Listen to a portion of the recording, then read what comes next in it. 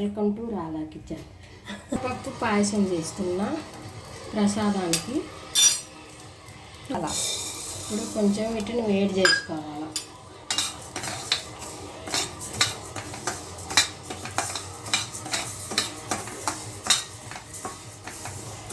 చూసుకున్నాం కదా, కుక్కర్లు వేసి బాగా కొంచెం 2 విజిల్ వచ్చేంత వరకు ఉడకబెట్టుకోవాలి. సగ్గుబియ్యం బాగా ఉడికినాయి, పెసరపప్పు కూడా మంచిగా ఉడికినాయి. పిండి ఇందులో సగ్గుబియ్యం పోస్తున్నా.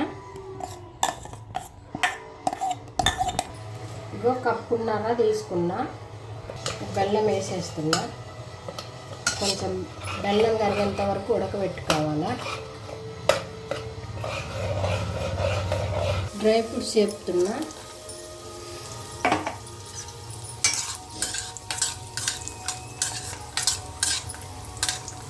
ఇలా కొంచెం బెల్లం కరిగేంత వరకు ఉడకబెడుతున్నా.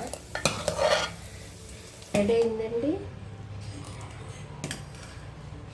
ఇందులోకి 1 కప్పు పోసాను, కప్పున్నర పోస్తాను.